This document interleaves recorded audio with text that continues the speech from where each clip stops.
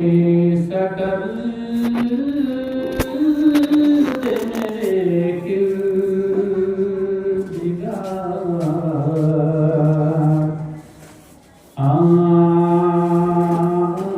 آنکھوں میں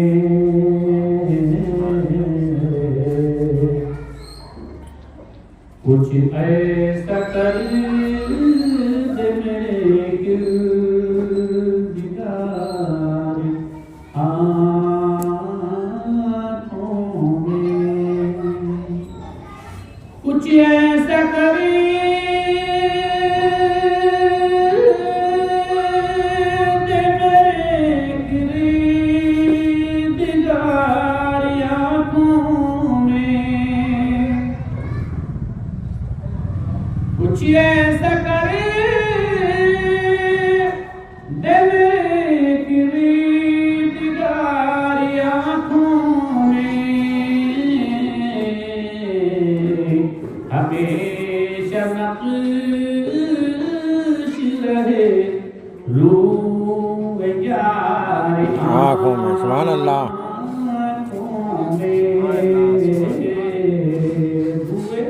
یاد رات محبوب کا چہرہ آنکھوں میں بس جائے ہمیشہ نقش رہے روح جاری آنکھوں میں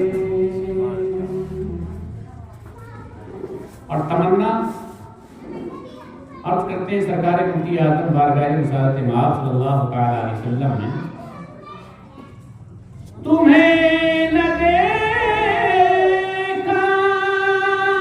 تو کس کام کی ہے یہ آنکھیں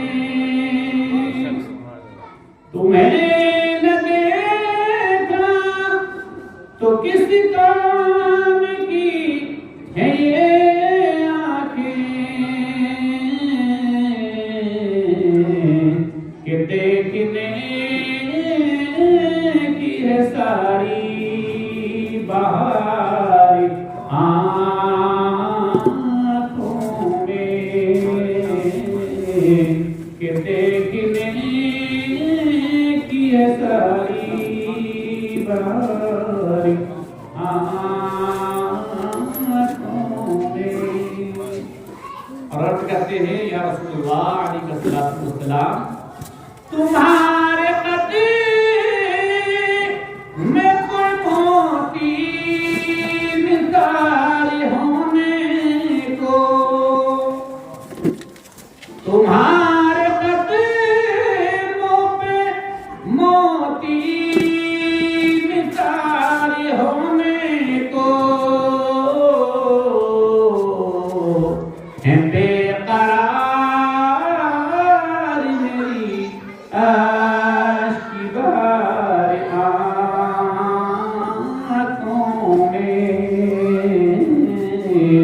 ہے بے قرار میری عشق بار آنکھوں میں اور مفتی اعظم ہند علی رحمۃ اللہ علیہ بڑے زبردست عاشق رسول مدینہ شریف کہ کاٹنے سے کیسا عشق آپ کو ہوا عرض کرتے ہیں نظر میں کیسے سمائیں یہ پھول جنت کے نظر میں کیسے سمائیں یہ پھول جنت کے نظر میں کیسے سمائیں گے پھول جنت کے کیوں کہ بس چکے ہیں مدینے کے خار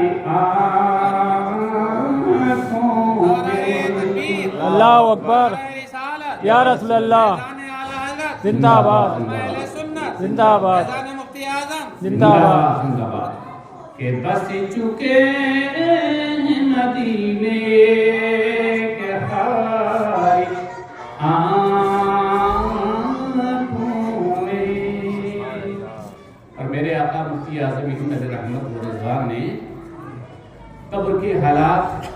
کے اندر جانے کی مدت کشی فرماتے ہیں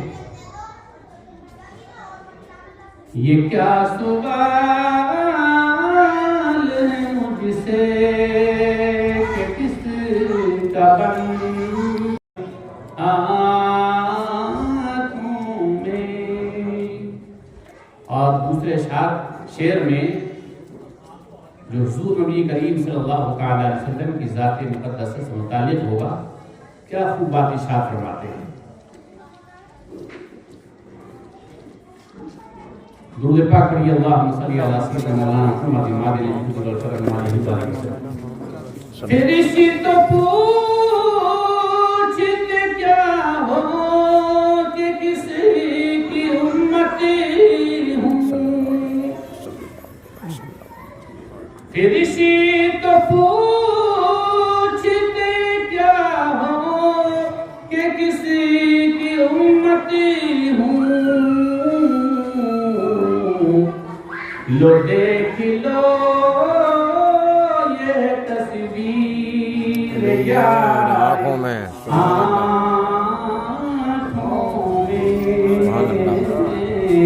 لو دیکھ لو یہ تصویر یاری آنکھوں میں. شعر آخر ملاحظہ فرمائیں.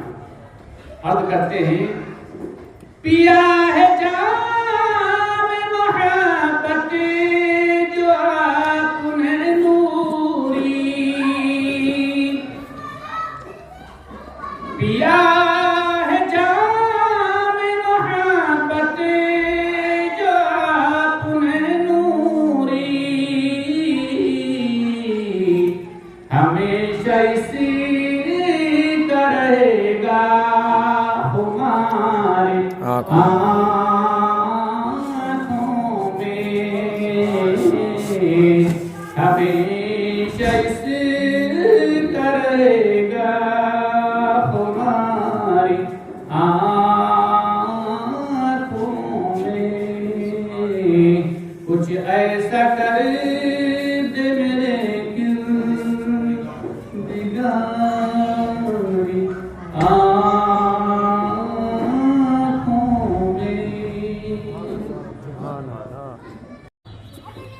موت و زندگی کو پیدا فرمایا. جس کو زندگی ملی ہے اسے موت بھی آنا ضروری ہے. اور موت آنے کے لیے بوڑھا ہونا ضروری نہیں ہے. اللہ پاک نے جس کی سانسیں جتنی مقرر فرما دی ہیں اس کو اتنی ہی سانسیں لینا ہوں گی, اس سے کم یا زیادہ نہیں ہو سکتا. انسان کبھی جوانی میں صحت کے ساتھ انتقال کر جاتا ہے, کبھی اپنے گھر میں اور کبھی کوئی حادثاتی موت اس کو آتی ہے, اور کبھی انسان بستر مرگ پر کچھ وقت گزارتا ہے اور اس کے گھر والے اس کی تیمارداری کرتے ہیں, اور ایک دن آتا ہے کہ اس کا انتقال ہو جاتا ہے. یہ چائے پانی کی طرف توجہ آپ تھوڑی دیر بات کر لیجیے, میری طرف توجہ رکھیں تھوڑی دیر. کسی کو چائے پانی پینا تو پی لے, مگر وعلیکم السلام, مگر بات تب سمجھ میں آتی ہے کہ جو سنا رہا ہے اس کی طرف ہماری آنکھیں بھی ہوں, کان بھی اسی طرف تب متوجہ ہوتے ہیں. آنکھیں جس طرف گئے کان بھی اس طرف بھی جاتے ہیں. درود شریف پڑھیے صلی اللہ علیہ وسلم.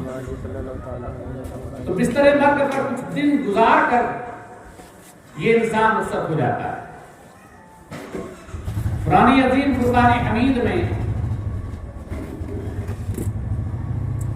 اللہ تبارک و تعالی نے یہ ارشاد فرمایا کہ اور تم پر جو مصیبتیں آئی, تم پر جو مصائب و آلام آئے, پریشانیاں آئیں, یہ تمہارے اپنے ہاتھوں کا کیا دھرا ہے. اور بہت سی ایسی ہیں جو ہم تمہیں معاف فرما دیتے ہیں. اللہ ایسا کریم ہے کہ بندے کی خطاؤں کو یوں ہی معاف فرما دیتا ہے. اور بات میرے ذہن میں اس وقت آئی، اللہ تبارک و تعالیٰ نے اپنے محبوب کے صدقے ہمیں تو اتنا نوازا ہے کہ کوئی مسلمان مرد یا عورت جب نماز کے لیے وضو کرتا ہے تو پروردگار اس کے وضو کی برکت سے اس کے چھوٹے گناہ اس کے جسم سے نکال دیتا ہے. آپ نے اگر ہاتھ دھوئے تو ہاتھوں کے گناہ یہاں تک کہ ناخنوں کے نیچے کے گناہ نکل جاتے ہیں. منہ کے اندر کلی کی یا ناک کے اندر پانی چڑھایا یا چہرہ دھویا تو اس سب کے گناہ نکل جاتے ہیں. آنکھوں کے گناہ، آنکھوں کے پلکوں تک کے گناہ جھڑ جاتے ہیں. آپ نے پیر دھوئے تو پیروں کے گناہ یہاں تک کہ پیروں کے ناخنوں کے نیچے سے بھی گناہ نکل جاتے ہیں. بات کہیں گے کہ گناہ، ہاں پیر سے بھی گناہ ہوتا ہے، ہاتھ سے بھی گناہ ہوتا ہے، نگاہ سے بھی گناہ ہوتا ہے، کانوں سے بھی گناہ ہوتا ہے، زبان سے بھی گناہ ہوتا ہے. لیکن جب ہم وضو کرتے ہیں تو چھوٹے گناہ اس وضو کی برکت سے اللہ تبارک و تعالی معاف فرما دیتا ہے. تو ہمیں تو اللہ تبارک و تعالی نے اپنے حبیب علیہ السلام کے صدقے گناہ بخشوانے کا بہت موقع عطا فرمایا. اب حضرات بستر مرگ پر ہے، رشتہ دار جو حاسد ہوتے ہیں، جو جلنے والے ہوتے ہیں، یہ جو پڑوسی ہوتے ہیں، کسی کی بیماری کو لمبے ٹائم دیکھ کر کے آپس میں اس کی چغلی کرتے ہیں کہ یہ دیکھو اپنے کیے کی سزا پا رہا. یہ لوگوں میں چنویاں ہوتی ہیں، اس کے بارے میں گفتگو ہوتی ہے کہیں چوراہوں پر، کہیں گھروں میں بیٹھ کر، جبکہ یہ باتیں کسی مسلمان کے تعلق سے مناسب نہیں ہیں. کیونکہ یہ وقت میں جس کے لیے دیکھ رہا ہوں یہ وقت میرے لیے بھی آنا ہے. اور اللہ تبارک و تعالیٰ کی اس حکمت سے ہم خبردار نہیں. اہل علم سے ہم ملاقات کریں، علماء سے ہم پتہ کریں تو وہ ہمیں بتائیں گے کہ بیماری کی حالت میں جو موت آتی ہے وہ اس مرنے کے لیے مبارک ہے. اس موت والے کے لیے، اس مرنے والے کے لیے اس میں فائدہ ہے. جو شخص کسی بیماری میں مبتلا ہو گیا، ویسے بھی کچھ ایسی بیماریاں ہیں کہ ان بیماریوں میں اگر موت آ جائے تو شہادت کی موت آتی ہے. اگر کوئی پیٹ کے درد کی بیماری میں انتقال کر جائے، شدت بخار سے مر جائے، اچانک پانی میں کوئی حادثہ ہو جائے اور اس سے اس کی موت آ جائے، کوئی دیوار اس کے اوپر گر جائے، اس سے اس کے موت آ جائے، تو ایسی موتیں اس کو شہادت کا ثواب دیتی ہیں، اس کو شہادت کا ثواب ملتا ہے. اور قرآن عظیم فرقان حمید میں سورہ حشر کی آخری آیتیں، یہ بھی آپ کو بتا دوں کہ جو صبح اور شام میں پڑھتا ہے تو 24 گھنٹے میں جب بھی اس کا انتقال ہوگا اس کو بھی شہادت کی موت کا ثواب ملتا ہے. اللہ توفیق دے کہ ہم وہ آیتیں صبح اور شام پڑھ لیا ہے. حضرات، تو اب بیمار بستر پر پڑا ہے اور ٹھیک نہیں ہو پا رہا، دوا کام نہیں کر رہی ہے، تیماردار اس کو لانے اور لے جانے کا کام کر رہے ہیں، مگر بیمار کو بھی یقین ہو گیا کہ مجھے کسی بیماری میں موت آ جائے گی، ٹھیک نہیں ہو پا رہا. اب یہ بیمار جو ہے، اللہ کے حبیب صلی اللہ تعالی علیہ وسلم فرماتے ہیں کہ اگر کسی کو بخار آ جائے اور بخار میں اس کی موت آ جائے تو بیماری میں اس بخار جیسی بیماری میں موت آئے تو شہادت کی موت تو ہے. لیکن نبی کریم صلی اللہ تعالی علیہ وسلم فرماتے ہیں کہ بخار جس کو پہنچتا ہے اس کے گناہ اس کے بدن سے ایسے ختم ہو جاتے ہیں جیسے پت جھڑ کے زمانے میں درخت سے پتے گر جاتے ہیں اور کوئی پتا درخت پر نہیں رہتا، ایسے ہی بخار کی برکت سے اس کے تمام گناہ ختم ہو جاتے ہیں. اب بیمار جب یقین کر بیٹھا کہ اسی میں موت آ جائے گی تو حضور نبی کریم صلی اللہ تعالی علیہ وسلم فرماتے ہیں اب اسے جب یقین ہو گیا تو اپنی زندگی کے سابقہ گناہوں سے سچی توبہ کرتا ہے. اب تک تو وہ توبہ نہیں کیا، اب تک غفلت کی زندگی گزارا، لاپرواہ رہا، آخرت کو بھول کے زندگی گزارتا رہا، لیکن اب یقین آ گیا کہ اب اس بیماری میں مجھے جانا ہے. اب جو وہ دعا کرتا ہے تو دل کے ساتھ خلوص و محبت کے ساتھ اپنے مولا کو پکار کے عرض کرتا ہے کہ پروردگار بے شک میں تیرا نافرمان رہا, میں تیرا گناہگار رہا, اب تو اپنی رحمت سے میرے گناہوں کو بخش لے. آخر کون ہے جو مجھے بخش دے گا؟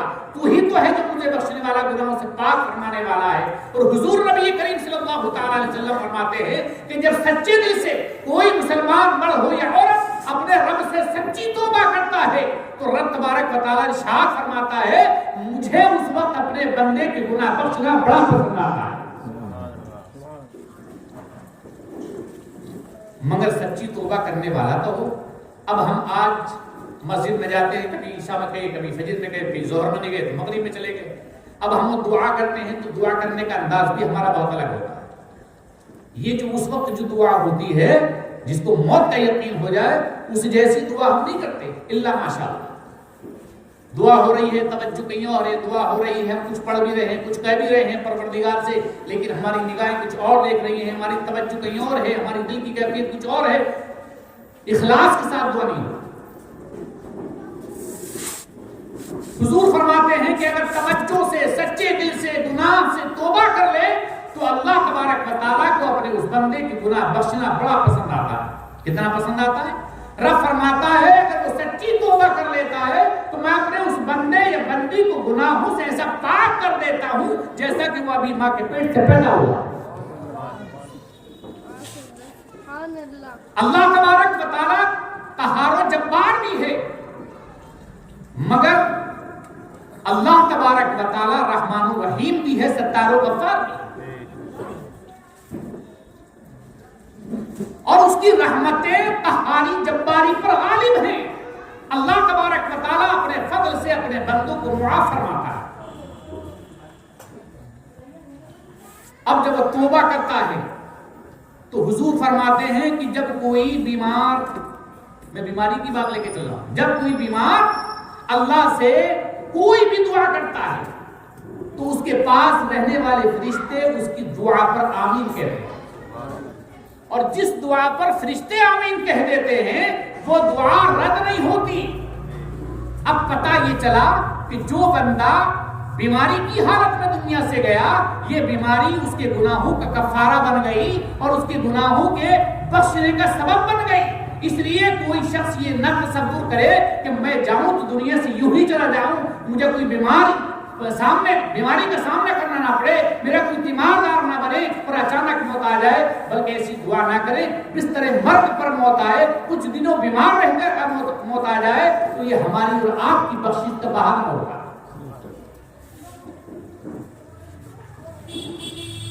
تو کوئی شخص اگر کسی بیمار کے بارے میں یہ باتیں کرتا ہے تو وہ حدیث رسول صلی اللہ تعالی علیہ وسلم کے خلاف بات کرتا ہے.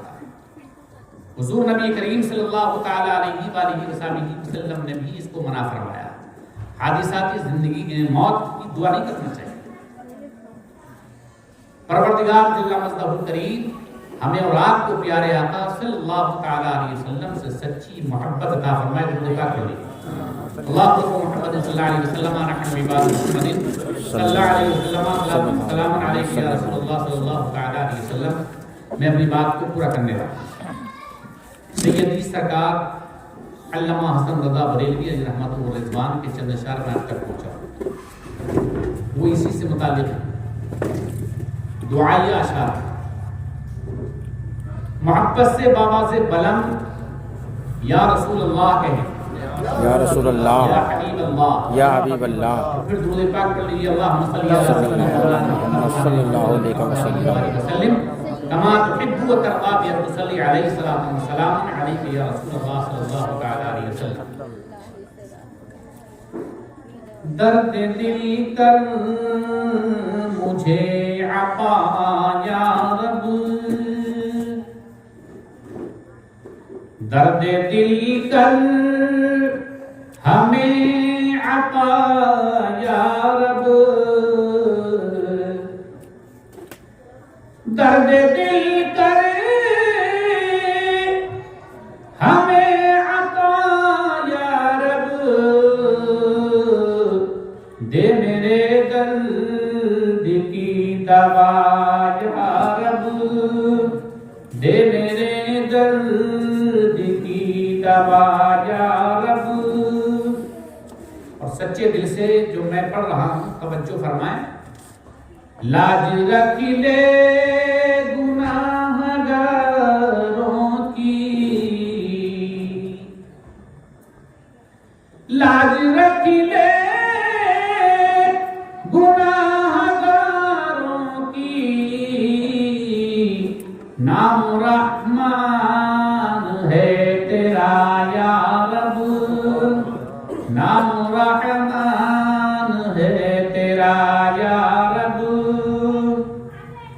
عیب میرے نہ کھول محشر میں، عیب میرے نہ کھول محشر میں. یہ حقیقت ہے کہ اللہ تبارک و تعالیٰ نے اپنے فضل سے ہم سب کے گناہوں پر پردہ ڈال رکھا ہے. بے شک ہم سب کو اپنے اپنے گناہ، اپنے اپنی معصیت یاد ہے، لیکن پروردگار چاہے تو ہمارے راہ افشاں فرما دے، لیکن کتنا کریم ہے کہ اس نے ہمارے گناہوں پر پردہ داری فرمائی. اور یہ جو قبر میں رکھ کر کے ہم لوگ آتے ہیں، جو قانون ہے پہلے سے، اس میں بھی بہت بڑا پردہ ہے. اس میں حکمت ہے کہ اللہ کے حبیب علیہ السلام فرماتے ہیں کہ جب تم میں سے کسی کا انتقال ہو جائے تو دفن کرنے میں جلدی کرو. اس میں حکمت ہے. اب جب تم نے قبر کے اندر پہنچا دیا، سپرد خاک کر دیا، اب رب اور بندے کے درمیان کا معاملہ ہے. اس کے بارے میں کسی کو کوئی خبر نہیں ہوتی کہ اس کے ساتھ کیا معاملہ پیش آ رہا ہے. میرا رب چاہے تو اپنے فضل سے اس بندے کو معاف بھی فرما دے، چاہے تو اس کے ساتھ کڑا معاملہ فرمائے، سختی سے پیش آئے. یہ اس کی مرضی کا مسئلہ ہے. لیکن دنیا میں بھی ہم اور آپ کتنے بڑے گناہ کرتے ہیں. کہیں ماں کے ساتھ، کہیں باپ کے ساتھ، کہیں بھائیوں کے ساتھ، کہیں ظلم و زیادتی پڑوسیوں کے ساتھ، رشتہ داروں کے ساتھ، دوستوں کے ساتھ، کسی کا مال چھیننا، ہڑپنا، بہت سارے طرح کے گناہوں میں ہم مبتلا ہیں. لیکن پروردگار نے ہماری صورتوں کو مسخ نہیں فرمایا. ہمارے چہرے نہیں بدلے، ہمارے چہرے کالے نہیں پڑے. جبکہ پہلے نبیوں کی امتوں میں اگر کوئی گناہ کرتا تھا تو اس گناہ کا اظہار ہو جاتا تھا. ان کے چہروں سے پتہ چلتا تھا کہ اس نے فلاں گناہ کیا. یہ سب صدقہ ہے رسول کریم صلی اللہ تعالی علیہ وسلم کا. اللہ تبارک و تعالیٰ نے وعدہ فرما لیا ہے، محبوب جب تک تم ان میں موجود ہو ہم ان پر عذاب نہیں بھیجیں گے. اور اس دنیا میں اللہ تبارک و تعالیٰ جل مجدہ الکریم نے اپنے محبوب کو بظاہر دنیا سے اپنے پاس بلا لیا ہے. حضور قبر انور میں ہیں، لیکن آپ حیات النبی ہیں. اللہ کے حبیب صلی اللہ تعالی علیہ وسلم اپنے قبر میں زندہ ہیں. اسی لیے ہم اور آپ سلامت ہیں، ہمارے چہرے سلامت ہیں. گناہ کی وجہ سے ہمارے چہرے مخ نہیں کی ہے. اللہ کریم ہے کہ ہمارے گناہوں پر پردہ ڈالے ہوئے. علامہ حسن یہ عرض کرتے ہیں، عیب میرے نہ کھول محشر میں، عیب میرے نہ کھول محشر میں، نام ستار ہے تیرا یا رب، نام ستار ہے تیرا یا رب. اور اس سے اگلی بات عرض کرتے ہیں کہ پروردگار تیرا کیا جاتا ہے، تو بڑی شان والا ہے. اگر تو یوں ہی بخش دے تو تیرا کوئی نقصان نہیں ہے، اپنے بندے کو بے سبب بخش دے. عرض کرتے ہیں، بے سبب بخش دے نہ پوچھ عمل، بے سبب بخش دے نہ پوچھ عمل، نام غفار ہے تیرا یا رب، نام غفار ہے تیرا یا رب.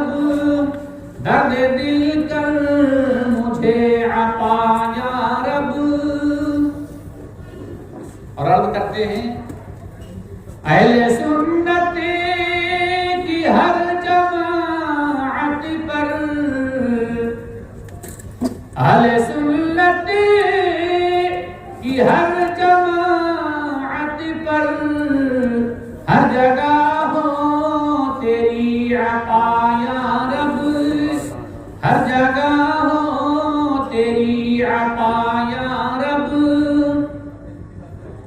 نور ایسا دے سب کی آنکھوں میں، نور ایسا دے سب کی آنکھوں میں، تو ہی آئے نظر ہمیں یا رب، تو ہی آئے نظر ہمیں یا رب، درد دل کر ہمیں عطا یا رب۔ اور ایک واسطہ اور وسیلے کے ساتھ شعر آپ تک پہنچا رہا ہوں۔ ان کا اور ان کی آل کا صدقہ، ان کا اور ان کی آل کا صدقہ، ہو مع الخیر خاتمہ یا رب، اور تو حسن کو اٹھا حسن کر کے، تو ہمیں بھی اٹھا حسن کر کے، ہو مع الخیر خاتمہ یا رب، ہو مع الخیر خاتمہ یا رب، درد دل کر ہمیں عطا یا رب۔ 10 بجے سے اوپر کا ٹائم ہو گیا، میں اپنی بات کی لیڈ کر دوں۔ خطیب اہل سنت تشریف فرمائے مفتی صاحب قبلہ مدد اللہ نورانی سے ہم نے اور آپ نے خطاب سننا ہے۔ پروردگار اللہ مدہ الکریم ہمیں اور آپ کو سن کر عمل کرنے کی توفیق عطا فرمائے، اور اس تھوڑے سے وقت میں جو میں نے عرض و معروض آپ کے سامنے عرض کیا ہے، اللہ تبارک و تعالیٰ سے میں عرض کرتا ہوں کہ پروردگار صحبت لسانی و تعالی بشریت، اگر کچھ غلط نکلا ہے تو مجھے بھی اور آپ کو بھی پروردگار اپنے حبیب کے صدقے معاف فرمائے۔